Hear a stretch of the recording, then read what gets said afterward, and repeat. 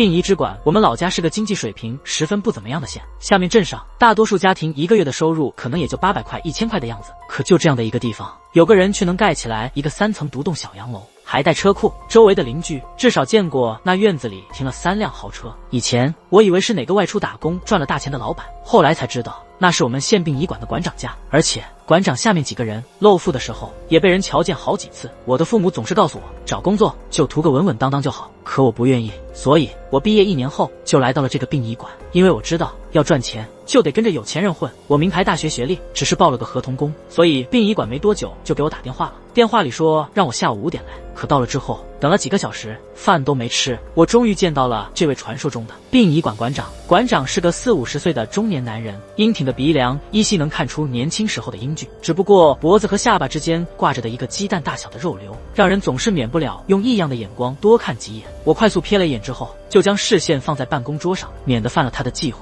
知道为什么让你等到现在吗？馆长的声音响起，没有特别吓人的地方，这氛围足以让我不适应。是不是您忙到现在刚得空？我知道殡仪馆的工作时常要接待晚上来的家属和遗体，不能准时准点下班。馆长听完笑了笑，我们这是个公家饭，所以好多人抢着吃，可是又有点不同，得胆子大，要不待2天不干了，净给我们找麻烦。馆长看着我刚刚递过去的报到证，好半天也不给盖章，反而直接收到了柜子里，所以得有个试用期。我点了点头，表示理解。现在找工作这么难，哪还没个试用期？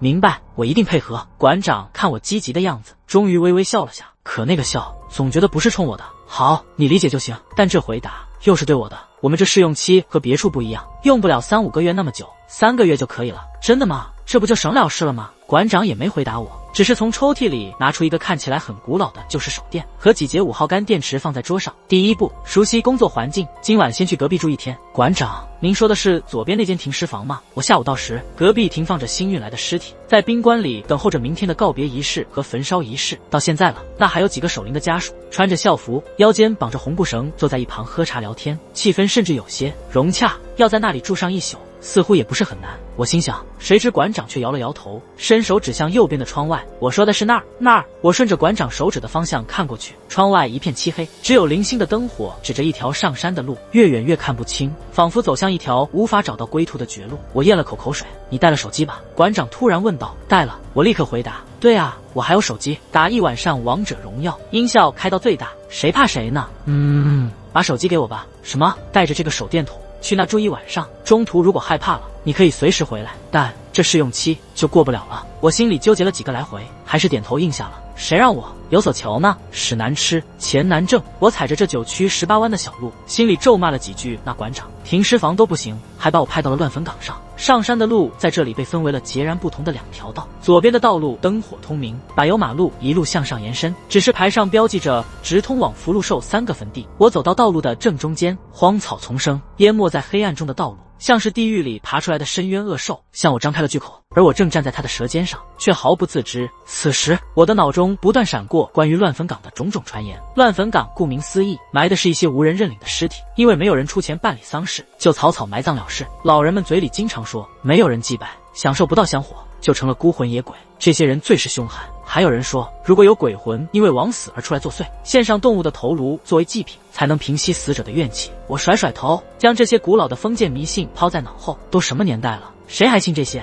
钱才是最重要的。拿出那个馆长给的古老手电筒，我硬着头皮向乱坟岗走去。大概是太久没有人气，一路上奄奄淡寂的声响不断在我周围或远或近的地方响起。我不得不一次次地来回转身，确保自己的背后和周身没有跟上什么奇怪的东西。手电的光扫过几块歪歪斜斜的墓碑，上面什么字都没有刻，只是立在这里告诉人们，曾经有过一个人，他死了，被埋在了这里。就是个墓碑，不对，就是块石头，有什么可怕的？我在心里默默念叨着，给自己打气。我猛然一抬眼，黑暗中似乎有几团摇曳的光在远处微微闪烁，随着距离不断缩短，我渐渐看清了前面的情况。在一块墓碑之前摆着几盘祭品，祭品的左右各点了一根蜡烛，左右两边的祭品是一些普通的水果，但是正中心的大盘子里却摆着一个生猪头，切口还有红色的血滴答着，蜡烛浅红色的火焰在清风中微微晃动。那一刻，我隐约看见了那颗硕大的猪头，似笑非笑。我心里知道这都是光影效果造成的错觉，可还是控制不住那心跳。不是，就为了练我一个合同工，有必要这么劳心劳力吗？还整个猪头。我用手电使劲照着，一是给自己打气，二是我非要把摆这些东西的人抓出来。果然有人。距离祭品前面半步远的地方，有一叠被烧了一大半的纸钱，有个人影一动不动地蹲在那儿，真敬业啊！我感慨了一句，然后从他的身后悄悄靠了过去，对着他的肩膀拍了拍。这一拍，我顿时察觉到手底下的触觉有些不对劲，像是拍在了一件毛皮大衣上，毛茸茸的，还带着颇高的体温。现在可是盛夏，就算山上小路温度低点，谁会穿着毛皮大衣？还没等我想明白，面前的人却有了反应，他站了起来，扭过头看向我，露出了2颗如夜明珠般的碧绿色瞳孔。我吓得手电一下掉在了地上，光线一下子调转到其他地方，我的视野里瞬间变黑。我顾不得其他，先把手电摸了回来，使劲照着刚刚绿眼睛出现的地方，可是什么都没有了。我不死心地扒开了一层土，一张碑上有一行歪歪斜斜的刻字被打磨掉了，只剩下一些边缘的笔画残留。shit， 跑得真快，好歹是个馆长，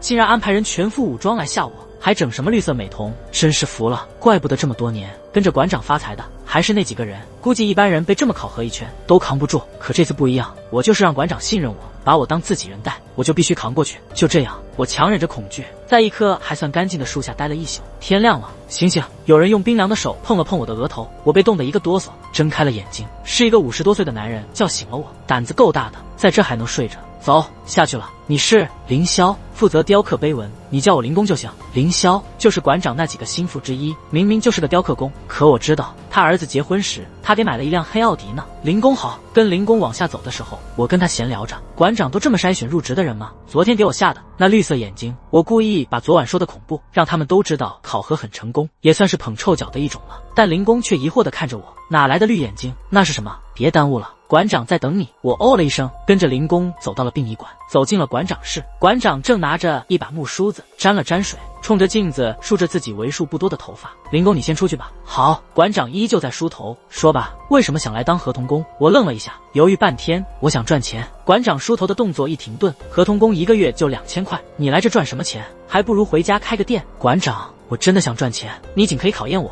为什么想赚钱？因为我要出人头地，让那些不信我的人都重新认识我。馆长停下动作，转过身看着我，你在撒谎。我慌了一下，什么？这么好的大学毕业，从小就是别人羡慕的榜样，又没遭过什么欺辱，你让别人重新认识你什么？你爸妈也都是老师，他们怎么可能教育出一个喜欢钱的孩子？小伙子，欺骗我对你没好处。说实话。我沉默，攥紧了拳头。我说的就是实话，我想赚钱，但你没说全部的实话。为什么想赚钱？我支支吾吾。我喜欢上一个姑娘，我说了毕业我就会娶她，但她却甩了我，去了一个能挣大钱的地方。我抬头想起过去的事情，满眼猩红，所以我要挣钱，我要让她知道她看错人了。我知道馆长你能挣钱，我什么都可以干，馆长你带带我。馆长扯出来一截纸巾，擦着自己的梳子，神情依旧满不在乎。那你先过了第2步。馆长叫来了殡仪馆里的另一个人，介绍给我认识，这位是化妆师刘竹。馆长指着这位体态丰盈、面容姣好的女子说道：她单身。馆长意味深长地看了我一眼，刘姐。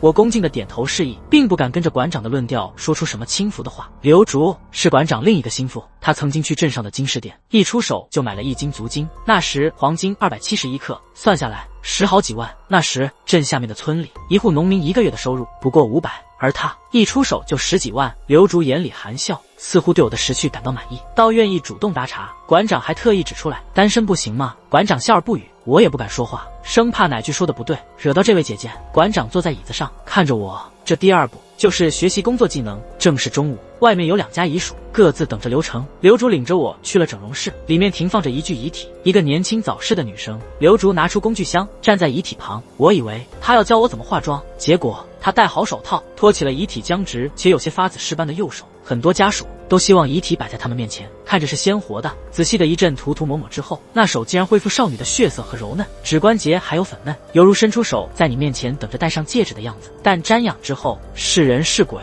没人在乎。说罢就把那只手甩到一边。刘竹教了我一些技巧后，看着我遵照他教的画了几下后，他摘下橡胶手套扔在垃圾桶里。馆长吩咐，这3天你需要住在这里，房间给你安排好了，就在我房间旁边，从这出去右转第3间就是，你先去休息吧。说完就径自离开，并不看我一眼。我走到安排好的房间，躺在床上，闭上眼，昨晚阴暗的画面到今天的化妆室的场景，像是过电影一样在眼前一幕幕闪过。不知道用了多久，我睡着了。我是被一阵敲门声惊醒的，开门一看，是刘竹拎着一个大工具包，笑着站在我的门口。她换了一身衣服，不是白天的一套蓝色的工装了，而是一套真丝的睡衣。刘姐，你这是？我疑惑道。我看了眼时间，已经10点过了。他这样出现在我这么一个正值壮年的男生门口，课还没讲完呢。刘竹表情一副理所当然，身体直往房间里探。我低头看了眼挨着我的刘竹，侧了个身，把她迎了进来。房间有点乱，刘姐你别介意，管理提供的房间并不大，还有上个住这里的人留下的杂物没收起来，我都没动，只是把自己的笔记本电脑摆在了桌子上。你们男生啊，真不懂照顾自己。刘竹看了一圈，叹息一声，嫌弃道：“还是去我房间吧。”我不好意思的挠挠头，这会不会不太好？刘竹瞪了我一眼，表情焦得很。我都不怕，你怕什么？我替刘竹拿着工具包走到他的宿舍，果然他的房间里不但干净整洁，而且飘荡着淡淡的熏香味。我尴尬地站在一边，尽量远着那张挂着柔软淡粉色帘子的床。刘姐，是还有什么知识要讲吗？刘竹坐在床边，你站这么远干什么？过来，坐我旁边。我犹豫不决，面前的刘竹浑身散发着性感，是个男人自然扑过去，可我不能因小失大。刘竹不甘心，看我无动于衷，就自己走了过来，右手抚在我的胸口。别告诉我还是个没开过荤的。刘竹的主动把我吓到了，我推开了他，跑回了房间。他没再追出来，而是在我没看到的角度，和粉色床帘后面露出的一只眼睛对了个眼神。晚上我做了很多梦，每昏沉沉发现不对，想要醒过来时，又会发现自己还在停留在梦中。开始是在学校的食堂里买午饭，食堂阿姨给了一勺排骨，和所有阿姨一样抖了好几下。我刚想看一眼到底还剩多少，低头却发现碗里的食物不知何时变成了墓碑前摆的那颗血淋淋的大猪头，2颗大鼻孔正对着我，可以清晰地看见里面还未剔出的鼻毛，还有鼻子下方咧开的似笑非笑的嘴。我砰的一声掀翻了餐盘，却发现自己在学校宿舍的上铺醒了过来，耳边还环绕着舍友在床下书桌上敲击键盘的哒哒声。醒醒，你女朋友给你打电话了。我缓了缓神，准备拿起枕边的手机接电话，结果屏幕上弹出的却是一张墓碑的图片，上面有被磨掉的痕迹，碑旁烛火越烧越旺，赤红色的火焰吞没了猪头，吞没了墓碑，吞没了手机，吞没了我。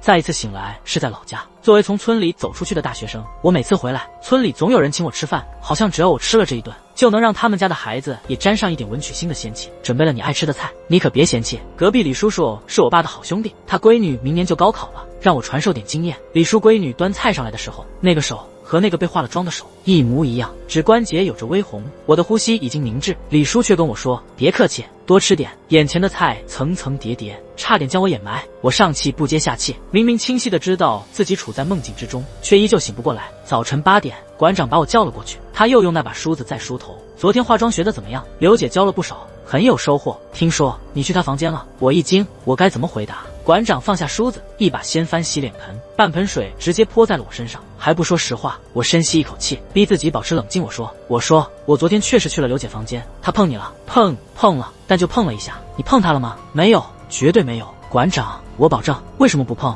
什么？我疑惑的将杆看向馆长，为什么不碰？他一脚踢了过来，把我踢倒在地。因为动作太大，下巴那个瘤子还颤抖了一下，看着很恶心。我是来学习的，馆长。你到底来干什么？馆长擦了擦自己被踢脏的皮鞋，倨傲的看着我。这个角度看他，整个脸都被瘤子挡住了。我擦了擦脸上的水。馆长，我是来赚钱的，我要向女人证明我很强。他没说话，身体步步紧逼向我，那副神情像是把我看穿。刘竹的功夫，没有男人能忍得住。你这么恨女人，想证明自己，一个性感的女人摆在面前，你却不吃。你要不是不行，要不就是带着任务，需要在这个殡仪馆里完成的。任务不结束，你根本无暇男女之事。馆长又重复了一遍那句话，欺骗我，对你没好处。说实话，我我绝望的低下头，跟馆长供出了自己的秘密。我那个女朋友上个月死了，是我真的是不小心误杀的。她已经火化了，就藏在这个殡仪馆。我还是不放心，就想来毁尸灭迹。许久，馆长都没说话，也没发出预想的惊讶。好，今天是试用期第3天，最后一步就是考察工作态度，一会凌霄会去找你，过了这一关，你就可以被录用了。我感激的差点磕头。好的，馆长，谢谢馆长。林工把我带去了第1晚的乱坟岗，他给我指了指一边弓着腰扫地的老头。原来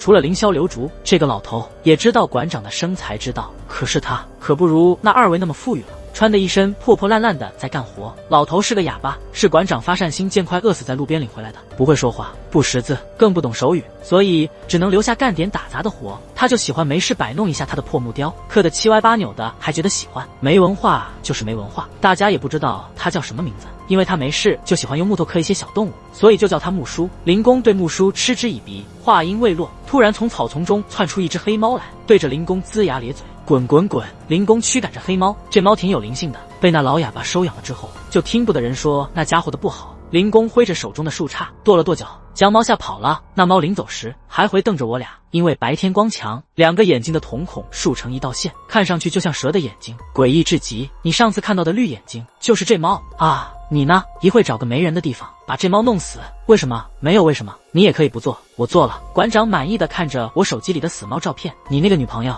也埋在我们这吗？是的，馆长。我点了点头。你想怎么弄？我也没想好。馆长，想好了告诉我。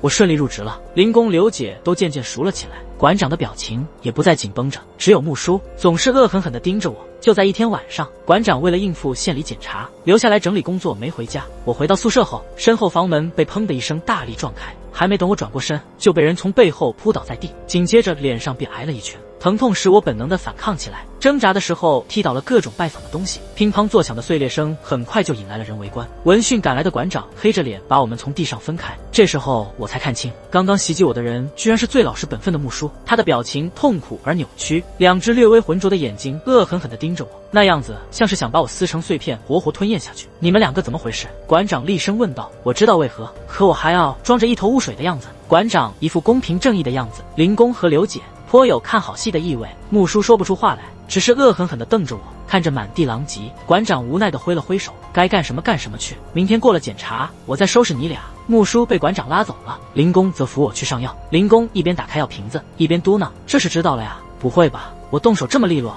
猫也给埋了，他怎么能知道？你问我，我问谁？之后木叔还不得恨死我。没事，有馆长呢，镇得住他。真的，林公没回答。假的，越孤独的人越记仇。我特意带着吃的和酒去上门道歉，可他并没有原谅我，反而变本加厉。在木叔的房子里，我说的口干舌燥，将近半个小时，最后他还是大棍子把我打了出去。路过的林公还瞅见了，耸耸肩，无奈地看着我。我站在门口嗤之以鼻，呸！一个编外人员，恨我又能把我怎么样？刘竹又敲响了我的房门，我以为这次又是穿着真丝睡衣，结果打开门的那一刻，他竟然穿着白天工作时那套蓝色工装，可那眼神依旧媚住。我告诉你啊，今天可是正事，你那眼睛往哪瞟呢？刘竹进门后拿出2双手术用的乳胶手套，一双自己戴好，一双递给了我。刘姐，都10点了，什么正事不能明天说？我故意装着犯懒的样子，别废话，我就做一遍，你好好看着。我没再反驳，乖乖戴上手套。等我戴好之后，他打开之前一直抱着的工具包，从里面取出了一个小箱子。这种蓝底白盖的保温箱我曾经见过，用来冷链运输一些需要低温保存的物品。我还在心里猜测里面装的是什么名贵的化妆品。刘竹却手脚利索地从箱子里拎出一只被冻得僵直的小白兔，这是用来做什么的？我困惑地看向他。看好了，刘竹并不多话，拿起桌边一把看起来像是削眉笔的小刀，手法娴熟地在兔子的右眼上划了几刀，一颗完整的眼球就这么被他轻轻松松取了出来。我被惊到了，还没组织好错乱的语言，手中便被塞入了一把刀。还有一只，你来试试。刘竹轻描淡写地说道。不是，这和化妆有什么关系？我盯着那颗刘竹手里那颗密布着毛细血管的眼珠，感觉胃里的胃酸一阵剧烈翻腾。刘竹白了我一眼，想要多一份收入就老老实实学习，至于是做什么用的，等到时候你就明白了。我寻思着刘竹一个女人都不怕，也就硬着头皮举起了刀。这场练习持续了1个多月，等到刘竹宣布我已经成功出师的时候，我已经变得有些麻木，出刀的手又快又稳，和刘竹亲自出手也所差无几。刘竹对我的学习天赋赞不绝口，馆长听完也点了点头。然后那个刘字因为这个动作被挤压的变形，馆长的脸更扭曲了。第2天给客人化妆的时候，刘竹点名让我一起帮忙。今天的遗体是一名28年华的少女，死因是车祸，父母是本地公职人员，带头倡导丧葬简化，所以直接送来了殡仪馆，距离女孩死亡不过4个小时。化妆室里，刘竹却面无表情。我听他的吩咐，换好衣服后，和他一左一右站在遗体旁。遗体保存得很完整，除了脸色不对，和睡着了没什么分别。刘竹从容地打开工具盒，从里面取出那把锋利的小刀。开始吧。什么？我虽大概猜到了一些，可此时事情直接摆在面前，我还是惧了。你要是不敢的话，现在退出还来得及。刘竹讽刺地笑着。退出？开什么玩笑？我舔了舔有些干涉的嘴角，从刘竹手里接过了刀，目光逐渐渐坚定。你不知道，我等这一刻已经太久了。刘竹笑了笑，不过1-2个月而已，已经很快了。你不用有太多的心理负担，反正你不动手，再过几个小时，他也只是一捧骨灰而已。刘竹道，现在他说不定还能让一个病人重见光明，而我们不过是收了一些应得的辛苦费。我点点头，最终下了刀。刘竹把角膜放在器官运输箱里，盖上箱盖，就拿给了林工。他回到遗体旁，用了不知道什么材料的东西填上了那2个窟窿，然后用一堆瓶瓶罐罐的化妆品将女孩打扮得犹如闭目养神。她的化妆技术依然出神入化，但这一次我却没有功夫赞扬她了。一路上我都心惊胆战的，生怕家属发现有什么不对，要找我们的麻烦。直到一路做完了所有仪式，将缺了一些东西的遗体送进了焚化炉之后，我才彻底放下心来。但是我放心的显然太早了。晚上下班的时候，我走回宿舍，正想关门，馆长就找上了我。知道你是个胆大的，没想到你的胆子这么大。我被质问的愣了一下，但立刻就回过神，毕竟这1个月足够我想清楚一些事情了。我让自己平静下来，问馆长你说什么？馆长一愣，又笑了笑，点开他手机里的录像，是我和刘竹下午在化妆室干的好事，每个动作都被拍得清清楚楚。动遗体，你知道这犯法吧？我不言语，半天我对馆长笑了笑，都是馆长教的好。哦，这次我是不是真的过了试用期了？馆长微笑地看着我，却继续装傻。我怎么听不懂你在说什么呢？我笑了笑，馆长您不用这么谨慎了，我这么多把柄在您手里，早就是一条绳上蚂蚱了。馆长还是不承认。我继续说着，您要是真想抓我，就不会一个人半夜来敲我的门了。馆长大笑起来，接着重重在我肩膀上拍了2下。你很上道，跟别的不一样，老实跟着我干，好处少不了你的。我重重的点下了头，如接大任，没问题。我刚表完忠心，馆长拿起了我的手机，输入密码，把录音删了。这种小把戏就省省吧。我呵呵勉强笑着。馆长何出此言呀？你不会真以为你手机放我这那一晚上，我什么都没查吧？馆长几个人办的脏事，我本来想着留个证据，万一以后自保用得上呢。这下手机都被收了，里面的东西都没了，彻底成了任人宰割的羔羊。馆长拍了拍我的脸，老实点，该让你赚的钱少不了。我点了点头。馆长满意的离开了房间。我把桌上的笔记本电脑合了起来。接下来的1个月，每周我都和刘竹对着遗体动着手脚，也会和林工干点掩人耳目的事情。而且在馆长的授意下，我也完成了毁尸灭迹。不知道为何，我做完这件事，馆长对我笑容更多了，给我安排的任务也越来越多。这个破旧的殡仪馆依旧接待着附近几个镇的遗体，一切如常。直到那天，警察上了门。那天天气阴冷，空气里连一丝风都没有。6个警察走进破旧的殡仪馆1楼大厅的时候，面色凝重。馆长亲自出来迎接。饶是已经有人告诉他警察来了，馆长的脸色依旧变了。他和警察打完招呼后，就冲着林工使了个眼色，可那眼色收回的时候，还看了我一眼，充满了警告。林工默默地钻出人群，往乱坟岗方向跑去。警察同志，是有什么事情需要配合吗？带头的是个40多岁的高大男人。馆长陪我们走一圈。馆长陪着笑脸，当然配合。今天张警官怎么没来啊？高大的警察看了馆长一眼，你跟小张挺熟？哎呀，平时有什么事儿都是他来通知我们，就都认识了。面对警察的质问，馆长像个滑不留手的泥鳅，接着每一句话。然后一行人来到了化妆室，此时还有2具遗体停在这里。我站在人群后面，看着警察们调查。在领队的警察安排下，2人留在化妆室取证，其他4人对我们几个人进行询问，隔离开，分别的那种。刘竹被其中一个警察领走的时候，我明显看到他的手一直在发抖，那只手每次下刀的时候从不曾抖过。而在警察领走我之前，馆长突然在我耳边说，问什么你都说，一切都按照馆内流程办事，不然我保证你比我们更惨。我知道馆长有这个本事，我做的一切事情他那都有监控录像，而且我比他们罪加一条的是，我还曾经对我那死去的女朋友毁尸灭迹，馆长手里肯定也有证据。所以面对警察的询问，我什么都没说，但又说了另一件事。直到我们都被询问完，林工才回来。一群警察看着他，张口就问他去了哪里。林工一下被问懵了，不知道如何回答。警察没有再问，而是带着我们几个去了墓点。院长一看也没推脱，还特意领着警察们去。我们站在福区201号，墓碑上写着李子墨，2016年逝。警察指着墓碑上的名字问，这里是谁？馆长微笑着，却松了一口气。我们之前的一个工作人员，小姑娘可能受不了这馆里的氛围，就心里出现了一些问题，有一天正在班上就倒下了。刘竹也补了一句，后来他父母也来了，最后拿了10万赔偿。最后子墨，我们就给他举行了丧葬仪式。我顺着警察的手势，看着碑上的名字，突然窒息，想到了馆长那一句，你很上道，跟别的不一样。我深吸一口气，想通了什么，向前一步，举起了手。